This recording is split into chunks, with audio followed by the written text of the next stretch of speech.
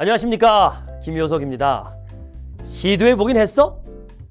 누가 가장 많이 하신 말씀이죠? 네, 돌아가신 고 정주영 회장님의 말씀인데요. 제게 큰 별이신데 돌아가시니까 그분의 말씀도 광고에도 자주 나오고, 또 그분을 기리기 위해서 여러 책들도 나오고, 그분의 어록이 참 많더라고요. 자, 이번에는 누구의 말인지 맞춰보십시오. 물어보긴 했어? 네, 창피함은 한순간이야. 네, 이 말은 누가 말했는지 저도 모릅니다. 여러분, 신입사원으로 회사에 입사하면 주위의 모든 사람들이 상사입니다. 그러다 보니까 모두가 자신만을 주시하고 있다는 생각에 의기소침해질 수 있습니다. 그러다 보면 실수를 할까봐 소심해지고 회사 생활이 불편해지기 시작하지요. 그래서 자신이 가지고 있는 능력을 쉽게 발휘할 수 없게 됩니다. 그러다가 이게 몸에 배게 되면 큰일입니다. 이때부터 서서히 스트레스가 오거든요. 이 스트레스는 누구 때문도 아닙니다. 정작 본인 탓인데요. 본인은 정작 모른다는 거죠. 직장 생활에서 소극적인 자세, 소심함은 가장 피해야 할 적입니다. 그 때문에 신입사원 때부터 반드시 적극적인 업무 태도를 형성해야 합니다. 직장생활 1년에서 3년 차가 사회생활 중에 유일하게 뭐든지 물어볼 수 있는 특권이 있는 시기라는 거 알고 계시죠? 따라서 선배들에게 많은 질문을 하고 많은 대화를 하는 게 중요합니다. 후배의 업무에 대한 질문을 싫어할 선배도 있겠지만 그건 그분의 사정이고요. 중요하게 생각할 필요는 없습니다. 그럴수록 오히려 친해지는 겁니다. 그분의 노하우를 아는 계기로 만드는 거죠. 사실 후배가 질문을 하면 자신을 인정해주는 느낌을 받아서 더 좋은 관계를 맺을 수 있습니다. 회사 생활에 첫 발을 디딘 이 처음에 알고 싶은 것을 그냥 넘어가면 몇 년이 지나서는 오히려 후회하게 됩니다. 회사의 업무에 익숙하지 않은 게 당연한 초창기 때 적극적인 질문으로 회사의 업무를 빠르게 숙지할 수 있습니다.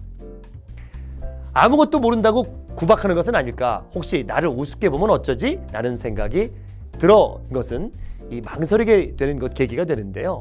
어느덧 그렇게 되면 질문을 할 수 있는 유예 기간을 놓쳐버리기 쉽습니다.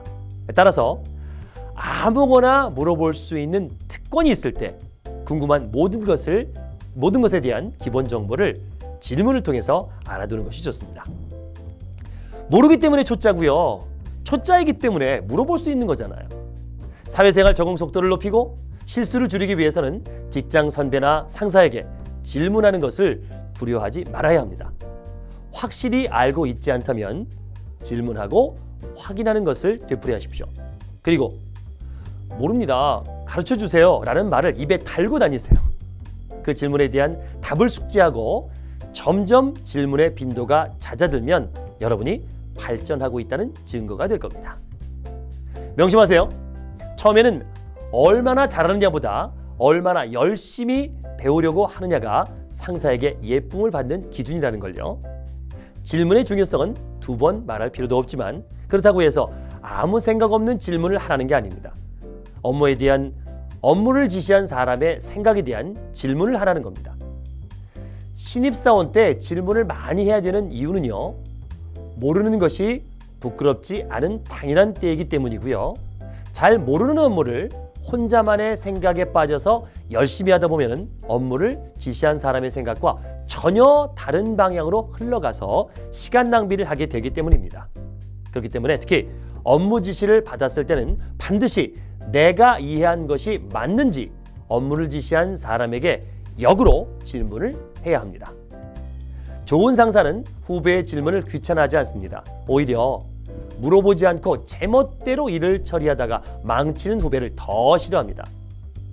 지금이 아니면 다시 물어볼 기회가 오지 않는다고 생각하고 천천히 이해할 때까지 물어보시기 바랍니다. 모르는 것은 그때그때 물어보는 습관을 가져야 터무니없는 실수나 시행착오를 줄일 수 있습니다. 단, 묻기 전에 자기 생각을 정리한 뒤에 논리적으로 질문하는 습관을 기르고 한 번 물어본 것은 차후에 다시 묻는 일이 없도록 기록해 두는 것이 좋겠죠. 기록을 해둘 때는 6하 원칙에 따라서 메모하는 것이 좋습니다. 모르는 것은 죄가 아닙니다. 기죽지 말고요. 당당하게 질문하십시오. 그래야만 상사와 동료들에게 인정받는 회사에 꼭 필요한 존재가 됩니다. 질문을 잘하는 것도 직장생활의 올바른 태도와 습관을 형성하는 중요한 요소입니다. 끊임없이 고민하고 노력하셔서 상사에게 그리고 동료들에게 인정받는 유익한 직원이 되시기 바랍니다. 그런 사람들은 앞으로 삶의 큰 원동력이 될 겁니다. 감사합니다.